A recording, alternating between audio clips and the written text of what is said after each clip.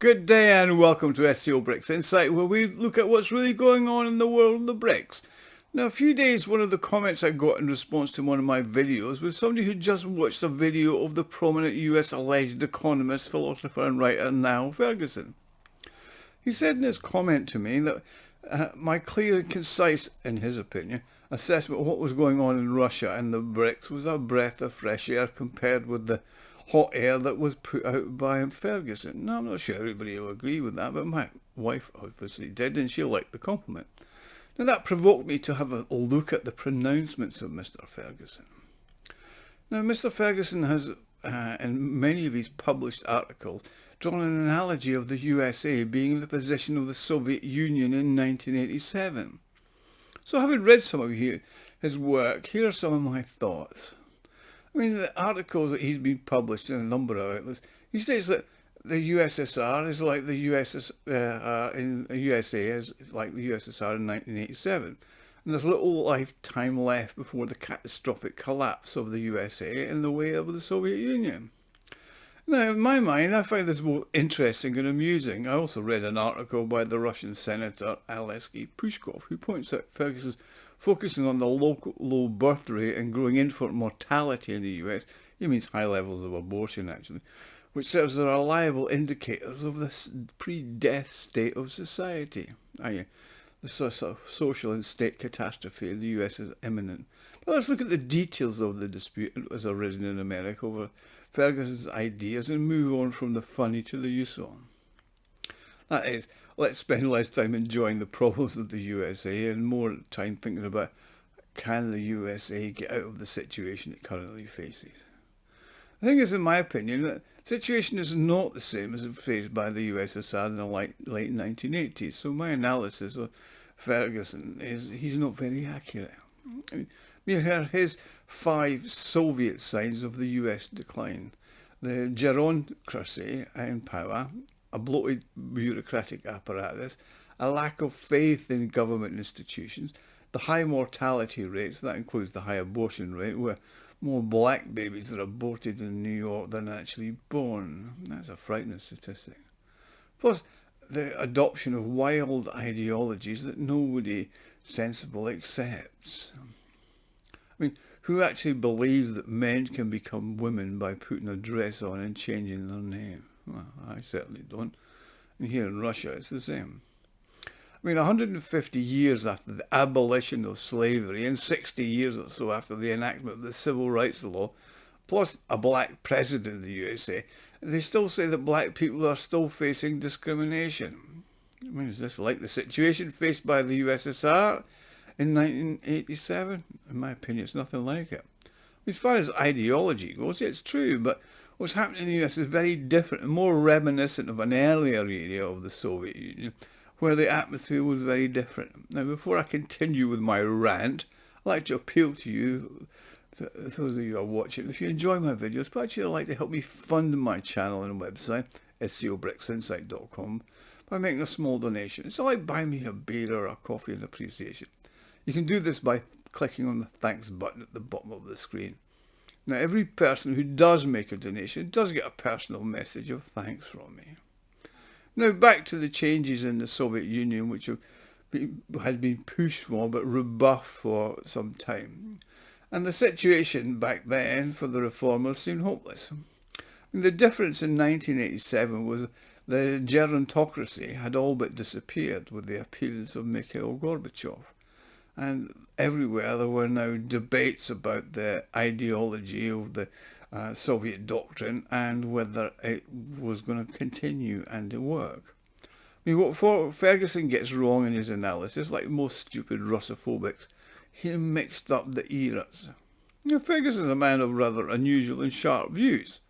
Not saying clever, but, you know, and he's obviously now preparing a new book on the subject he touched upon in 2004 when he wrote, yes, back then, about the rise and fall of the American Empire. I mean, even back then, he was certainly not known for his understanding of Russian affairs. In fact, anybody who's read his scribblings will come to the conclusion that he's absolutely clueless on Russia and the Soviet Union and its past. I mean, even his critics are not much better. they're just as stupid, clueless and ignorant of Russia and the Soviet Union as he is. Although some, unexpectedly, are critical of his thoughts, but for all the wrong reasons. They go, Neil, you're wrong, but they don't actually point out why. I mean, they say that America is going through a different sort of crisis. Now, Helen Andrews, who's well worth reading, of the American Conservative magazine, gives 3 reasons why she sees the US is facing a systematic disaster. The first is that terrible bloated monster which is their healthcare system and its lobby. It accounts for 1/6 of the US economy, and the amount of money that flows between the insurers and the clinics and hospitals is simply enormous. At the same time, I mean, Helen quotes various surveys, which I'll post at the bottom of this. All the facts and the statistics of the sector are false.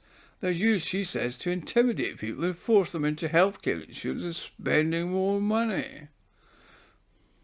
I mean, even the US president, who the doctors tried to bring back to life for debates, showed the failure of the American healthcare system. But the overall picture, the US has a fairly average level of medical care by Western standards, but hugely inflated costs. I mean, on top of that, there's a high infant and adult mortality rate, plus falling life expectancy. Life expectancy in the US has dropped dramatically due to high rates of obesity, diabetes and drug use. I mean, that's nothing like what was happening in the last years of the USSR. I mean, the decline of the health sector in Russia was just another of the things that was falling apart back then. I mean, the healthcare system was not the thing that strangled the life out of the Soviet Union like it's doing in the USA. In fact, the USSR, it was defense spending in the Cold War. Anybody see any similarities there? Defense spending and impending financial crisis? Wow. Who'd have thought? I mean, according to statistics, most bankruptcies in the US are not caused because of the failure of businesses or bad decisions, but the inability to pay huge and exorbitant medical bills. I mean, in the US, a trip in an ambulance to the hospital is 100 times more expensive than taking a taxi for the same journey and same length. But if you have a heart attack in the US, for your relatives, flying you home in a coffin and having a really good wake is 1,000 times cheaper than keeping you alive and having a stay in hospital. Plus they can have a great party on the money they didn't have to spend on the medical bills. Of course, the other monster number 2, is the education system. In the USA, 4 million people are employed in what the US calls a US education system. Also has 1.6 trillion in accumulated student graduate debt. Yeah, in the USA. The amount of money you have to spend to endure 3 years of indoctrination into woke ideas is expensive. So-called Ivy League institutions masquerading as universities charge around $89,000 per year just for tuition. I mean, most of the graduates who emerge from these universities with degrees find they're about as much use finding gainful employment as a chocolate teapot. Plus, when they do emerge, they behave worse than toddlers, with expectations out of this world and an attitude of entitlement. Plus, they think that freedom of speech is only for those who agree with them. I mean, the situation, like the healthcare, is a disaster. I mean, the imposition of these ideals and values on USA has caused complete society chaos. I mean, what the US has now is a system of oppression that allegedly is autonomous from politics, but it drives the ideology. Not the politicians who have created the main ruling ideology of the Democrats who actually control the US, as in the deep state, which is the permanent bureaucracy that actually runs things no matter who is elected president. You know, Biden, Obama, Trump, whatever.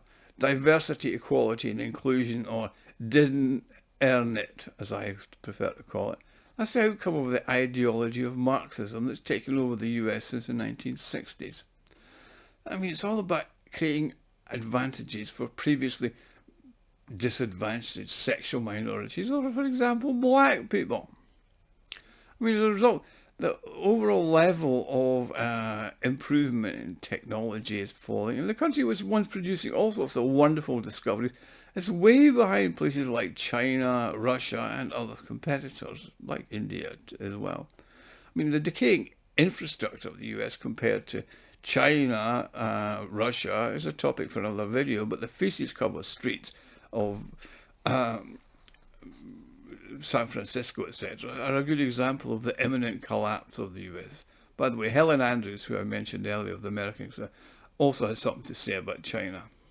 I mean, today when an American goes to China or other countries in Southeast Asia, they see that everything works, unlike in America, she says. Well, and thirdly, the main component of the general collapse of the USA is, of course, money. The absurd budget deficits and a national debt that's never ever going to be paid off. Yet they continue to spend and borrow like a drunken sailor on shore leave. I mean, the US is now spending more on interest on its debt than it does on anything else, including its enormous so-called defense budget. However, you can still see something common with the last years of the USSR. To put it mildly, there were some strange things happening with money back then, you know. I mean, I know Americans may not understand how the systematic disaster of the USSR came about, and most Russians don't like to talk about the last days of the Soviet Union, as they're ashamed of it. But at least those over 40, bearing in mind that the Soviet Union ended in February 1991, and I was there. Unfortunately, they didn't print T-shirts commemorating it, but I do have some stuff that is reminiscent of the era.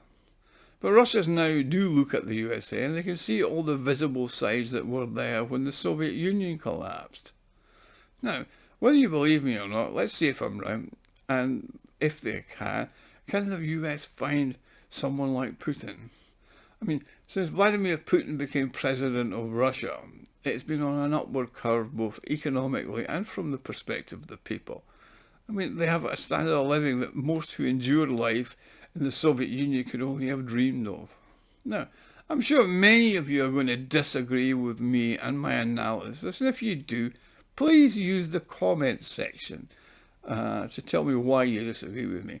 I do try and respond to every comment because I appreciate those who take the time to listen and watch.